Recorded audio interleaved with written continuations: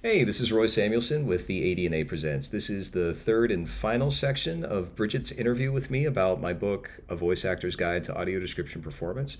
I'm really enjoying sharing these. It's reluctant on many counts, but also it's enjoyable to hear her approach and her curiosity come through so clearly. Take it away, Bridget and Roy. And I'm going to start talking about the Television Academy. To join the Television Academy, they have rules of having to qualify credits. And I was honored to be joining the Television Academy, thanks to Lily Tomlin and Bob Bergen, and be able to use my credits outside of audio description to join. Once I joined, I had the opportunity to be part of the executive committee of the Performers Peer Group.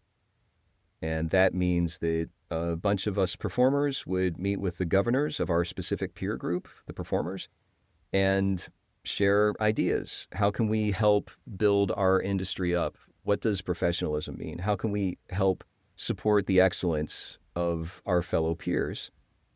And one of the ways that I was advocating for is to get audio description performers to be able to qualify their credits to be able to join the Television Academy. In the context of including people with disabilities, this seemed like a really effective ask. By including audio description performers' credits for television shows to qualify meant that we could now have yet another avenue for blind professionals to be able to join this organization. In the same way that performers with disabilities in SAG-AFTRA were able to get done what they got done with SAG Awards, I saw another parallel for blind professionals to be able to influence the Television Academy and to get those blind professionals to access at the table at the Television Academy. They needed a way to be able to join. And since audio description was created by blind people for blind people and blind people work in it, those blind professionals seemed like a really great, easy win for everyone involved. The Television Academy for the performers, group at large for the blind performers, and for audio description performers. So it took 6 years. And each time, if I could share a quick little anecdote, I prepared a 10-minute, pretty compelling evidence-based speech to present to the performers peer group about why audio description performers should be included to join the Television Academy. That's to join. And the way I was introduced, and there were a handful of celebrities in this room. I say that because, anyway, it's important to note that the stakes felt very high. Okay. The way I was introduced was, Roy is really passionate about audio description. He's got something he'd like to share. I want you to all to know there's nothing that we can do about it. Everything that he's about to share cannot be done. It's not feasible, and we don't have an ability to do it. Take it away, Roy. That's how I was introduced. Wow. 1 year later, I was also introduced to the same organization, and I was introduced this way. Roy Samuelson has been working on audio description performers to be included in our academy. We have found a way to do it. The path is cleared. Everyone is prepared. We know we can do it. There's no reason to say no to what Roy's about to share. If anyone says no, you're missing the point. Take it away, Roy. And I gave the same speech. What a mind shift. It was timing.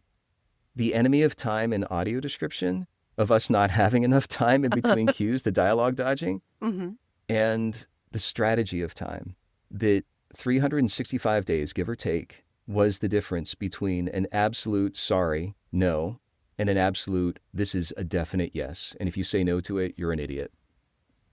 Wow. What is blowing my mind as somebody who is not in that room is just like the what? Why? To me, it just seems like it's not revolutionary. It's free. You're just saying, oh, this credit exists. So let's say that credit counts. There's a lot of reasons why the first time it was impossible.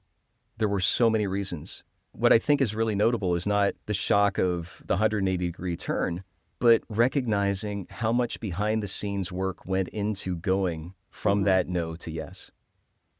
Recently, I posted on social media that the ADNA has had a wish list of titles that our blind audiences want to have audio description for. And over the course of the last half decade, that wish list has gone down, which means that these titles that blind people wanted to have audio description for now have audio description.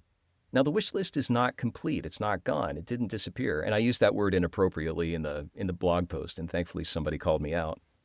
But what was notable is taking that pause to say, through efforts that we're not even aware of, there were some behind-the-scenes notable decisions that made that wish list disappear in a good way, to start to eliminate titles. And we don't know the decisions that made into it. It could have been that some decision maker stumbled on that wish list. It could have been a total coincidence. It could have been that a blind person said, oh yeah, I want that show. I'm going to write this network and ask them, hey, can you add audio description? We have no way of knowing. But these are the kinds of allyships where the impact that we can have by putting something out there is astronomical and unknowable.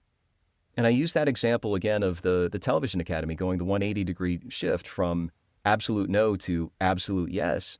There was a lot of things that happened behind the scenes.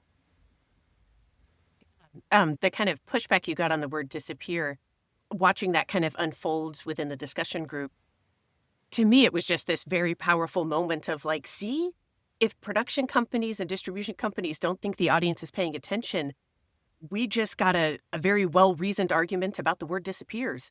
People are paying attention and people are vocal about this. And it doesn't work to bury your head in the sand about this because, yes, the audience is there and the audience is organizing.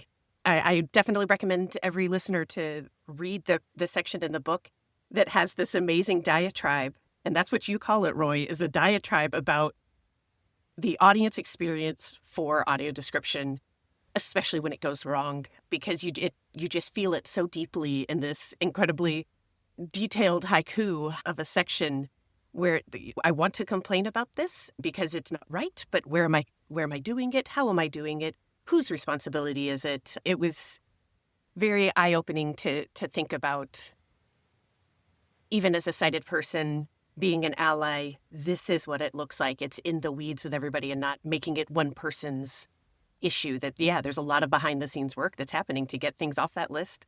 I do wish that we could stop having 3 versions of something and just have the one version, because I'm like, think about the other 2 shows that didn't make the cut because we were doing 3 versions of this one show. That would be really nice. Diatribe, you guide the conversation here. That was originally done at the keynote speech at ACB 5 years ago. Can I do it again? Yes. Have you heard it before? I think I have listened to a clip that you shared from that, because, yeah, of course I'm going to consume all of the diatribes. They're fascinating. So this is from the book, the haiku that you called it. I love that you called it haiku. That's what it felt like. So the question is, what is audio description? And here we go. In the world of audio description, also called video description or descriptive video or descriptive narration, a describer who might be the writer or the performer, or maybe it's both the writer and performer, or maybe it's the company, but not the production company, not the distributor, but a special other company gives the creation of a split track or a mixed track of a performer, if the film or TV show even has it, which is depending on the distribution channel like streaming, theatrical, broadcast, physical like Blu-ray or DVD, or downloadable to your iTunes or Google Play, or even YouTube, with any of these, each of which offers varying levels of access to the audio description, either on an app or a TV or a cable box or a Chrome browser, with a special plugin, or with YouTube. Maybe it's a separate YouTube video with audio description, but maybe the audio description is separately downloadable and it syncs up. Then you have to listen to a narrator or a synth voice, so it sounds like a conversational robot, or maybe it's a narrator that sounds like a synth voice, but you don't know if the audio description is there until you hear it, which could be a few minutes into the video, so you wait and hope, and then you don't hear it. So you have to decide to either stop and complain or just put up with it. But who do you complain to? Is it the local broadcast affiliate? Is it the movie theater manager who's dealing with Karen's complaint about her unpopped popcorn kernel? Can you relate? Or do you contact one of the 47-plus streaming services by email, message, fax, or Facebook, tweet, by phone? But to find that phone, you have to hunt down a number. And once you find that number, go through a press 1, press 3. Sorry, your call cannot be completed as dialed, or dial a different number. And is that the main line? Another press 4, press 0. Oh, good, a real person. It goes something like this. You say, yeah, my speakers are working. No, audio description isn't closed captioning. Sure, I'll hold. Or, better to go through an accessibility web link, buried so deep it feels like they don't want to talk to you. And even when the audio description is there and it's bad, what does that even mean? Is the writing indicating things the visuals don't have? Does the narrator of a suspenseful movie talk to you like you're a baby toddler? Does a kid's show have an uninterested adult voice who sounds as tasteless as cereal too long in the milk? Or is it just that aforementioned synth voice like my friend Melody calls a puppet? Or even kind of creepy like a horror monster made to describe the lighthearted comedy romance film to you? And who chose that voice, and why? Does that voice even get in the way of your experience? And you have to keep fiddling with the volume up and down and down and up to try to hear it, depending on what's going on in the background. Or maybe the production audio ducks out of the way so you can hear the narrator, but all the other audio disappears and it's jarring and takes you out of the story. And does this work that's created by blind people actually include blind people in the process? Maybe? Okay, so the power of the performance. I confess that I have read your book, consumed your book in 3 separate ways. Sounds a little crazy. I'm a book person. So I have your book, audiobook, and Kindle, and paper, because I'm not about to pass up a pre-sale where I get an autographed copy of something. Even has your headshot that is up in my booth right now. With the Braille. With the yes, which I have zero idea what it says. One of the things that I loved is on the page, and you mentioned this actually in the beginning of your book, is that you've added lots of extra punctuation to make the reader low in a way that if they were reading it out loud, it would make sense. And so seeing these on the page, these are short little bursts, which is why I used haiku, is they have these spaces between them, and there's a cadence to the actual written sentences on the page that really come to life. The whole book, to me, I definitely recommend this as an audiobook. I loved how you could color what you meant, that robot synth voice, the horror show voice and everything. You're like, I can immediately place this now in a way that I couldn't. It wasn't as at hand and accessible when I'm just reading it off the page. So absolutely love the audiobook version of this. And yeah, that is what our audience is dealing with every day, all day. And that's just the entertainment audio description. Oh, man. And a side note, in case you want to go into it, I really loved your reasoning about using AI voices for the entertainment audio description. That's something I've always wanted to pick your brain about. And it was so succinctly put into there where I was like, oh, good. It's in the appendix, everybody. You need to read it. Because we were actually in a class I'm teaching right now. We had students give us examples of audio description. And we're listening to one of them and we're kind of dissecting what we like and don't like about it. And we were all kind of going with this one. And then suddenly the voice said, these 2 characters are at a cocktail party. The 2 women hold low ball glasses. And it had been great kind of narration up till then. And then immediately all of us were like, oh, it's an AI voice. It was a good AI voice. Mm-hmm. That was an AI voice. And what's a low ball glass anyway? And then we're completely out of the thing and we had to stop everything and look up what a low ball glass was because we'd only ever heard of high ball. And why did the QC not catch low ball with the wrong emphasis on things? So do you have anything to contribute to the AI versus human voicing? Yeah, I'm still distinguishing entertainment and story and character from information. That I, as a voice talent, don't even think about audio description, just as voice talent, have no interest in reading anyone's calendar appointments, emails, social media posts. That there are certain areas where, let's even talk about late breaking news. If there's a visual of something that's happening, there's probably not going to be a lot of time to be able to hire a voice person to describe what's happening. That when it comes to information, that's a perfect approach to synthetic voice. It gets it fast. In that example that you gave about the high ball, there still needs to be that human element because it will get good. It probably already is there again, since we started talking. Things have already developed.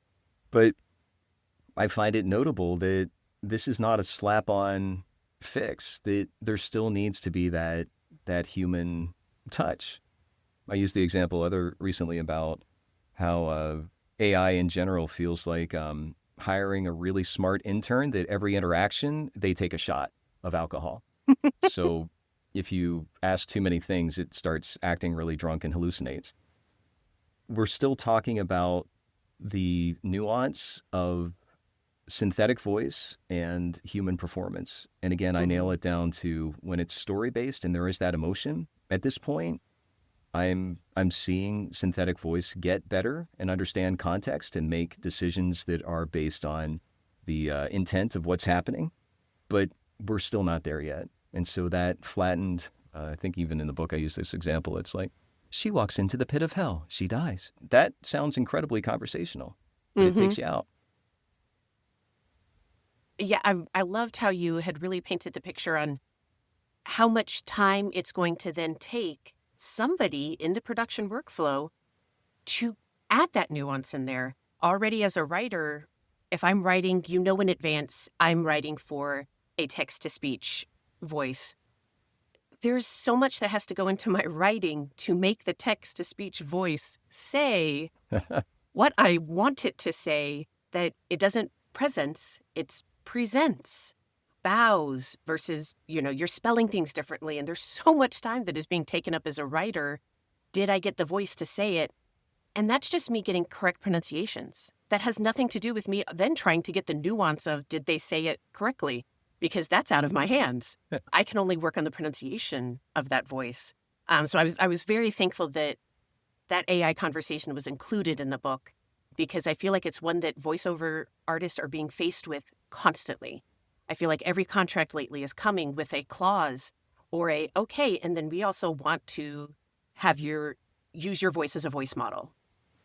And you've really got to figure out, what can I do?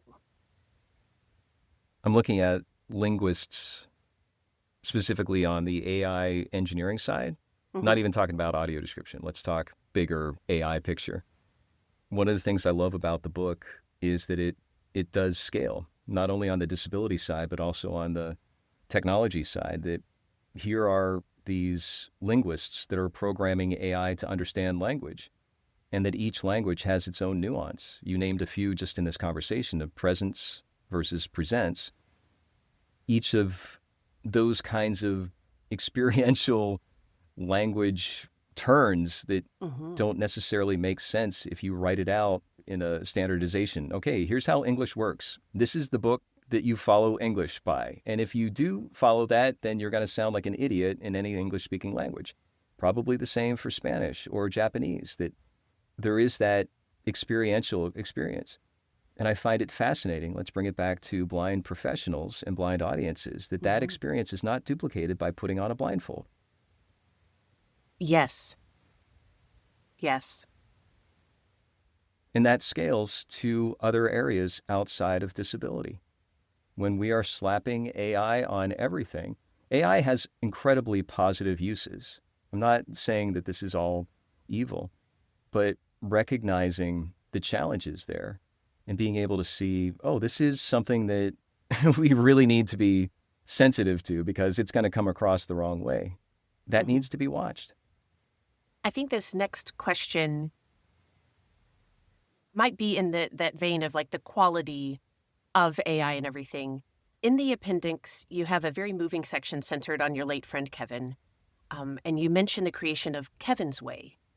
But we don't really hear much more beyond a website mentioned early on in the book. We're definitely left wanting more. What is this organization to you? What is this organization working towards? I have several patents already for Kevin's Way. That's the placeholder name. Where, as I shared 5 years ago in that speech, that this is a way to let audiences in audio description know that they're in good hands. And it's a tone that indicates a certain quality level.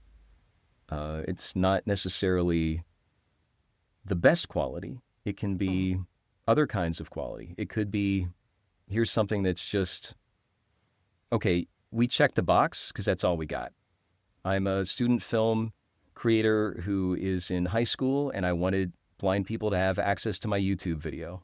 It is going to be a different audio description experience than a $100 million film. That by distinguishing a tone, it helps people recognize audio description can be at various levels. There can be a synthetic voice audio description that would meet that certain quote-unquote standard. There can be a human voice that maybe might just be starting out, and you can hear some rough edges that a professional audio description performer might sail by.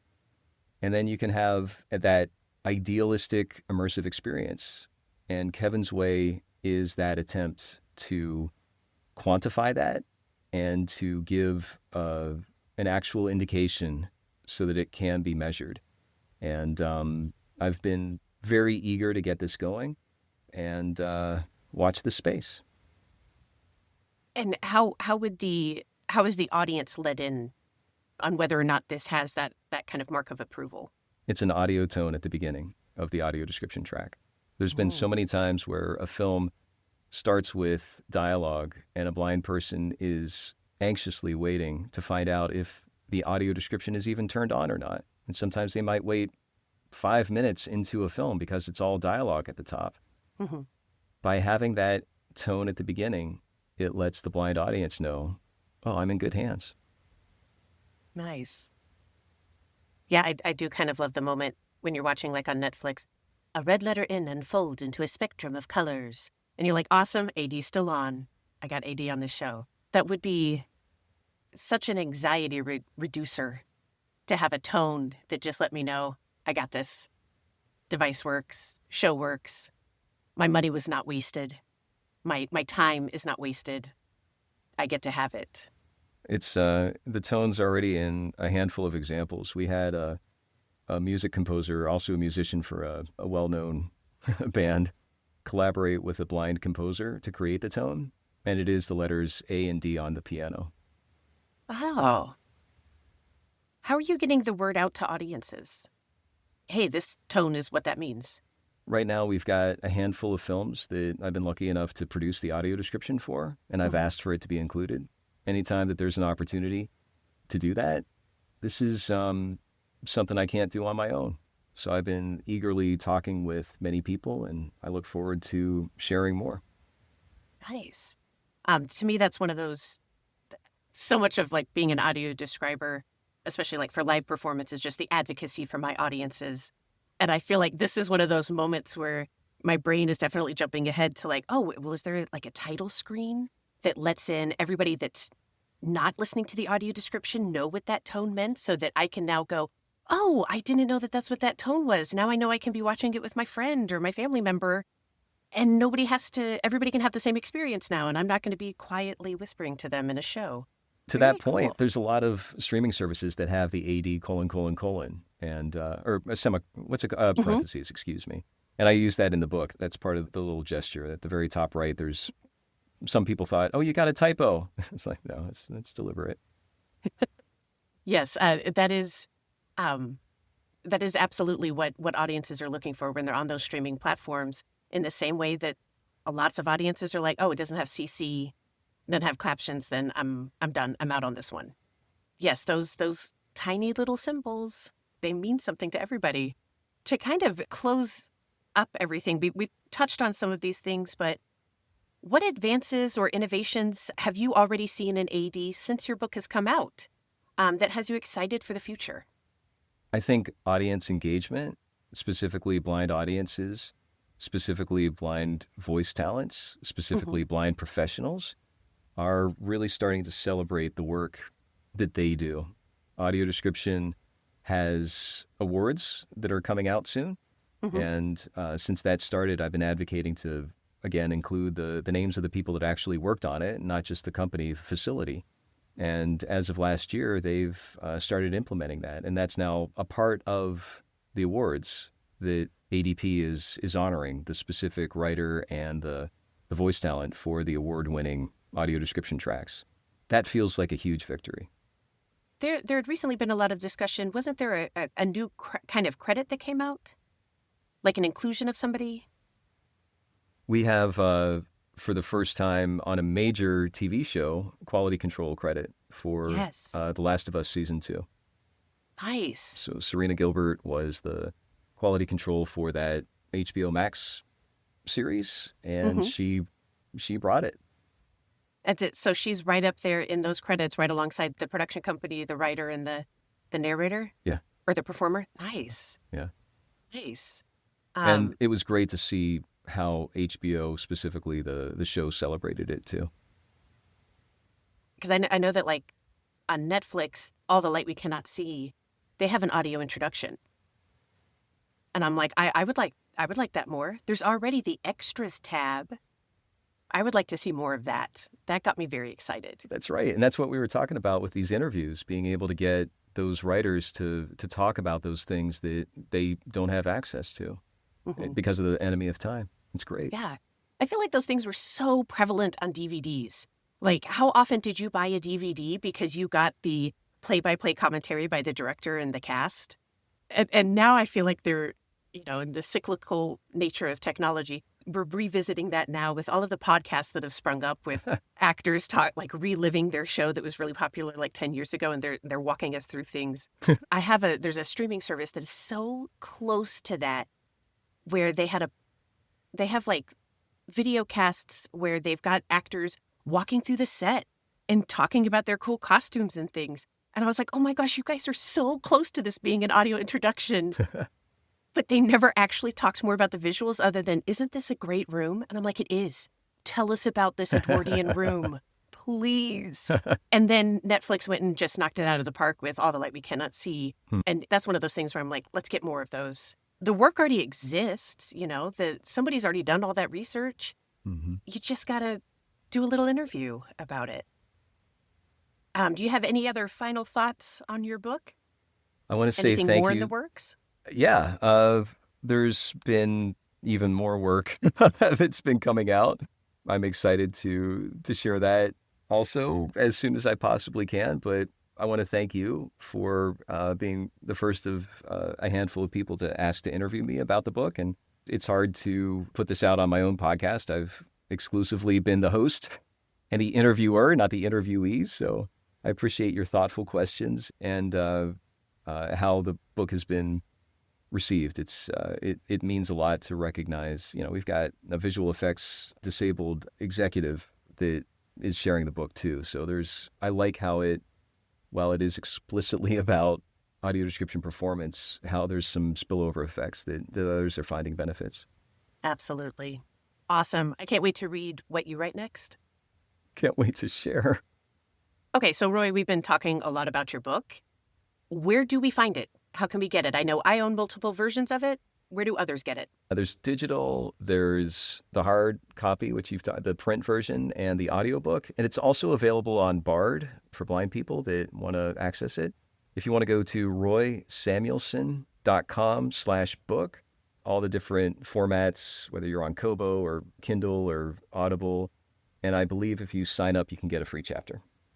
Awesome. Thank you.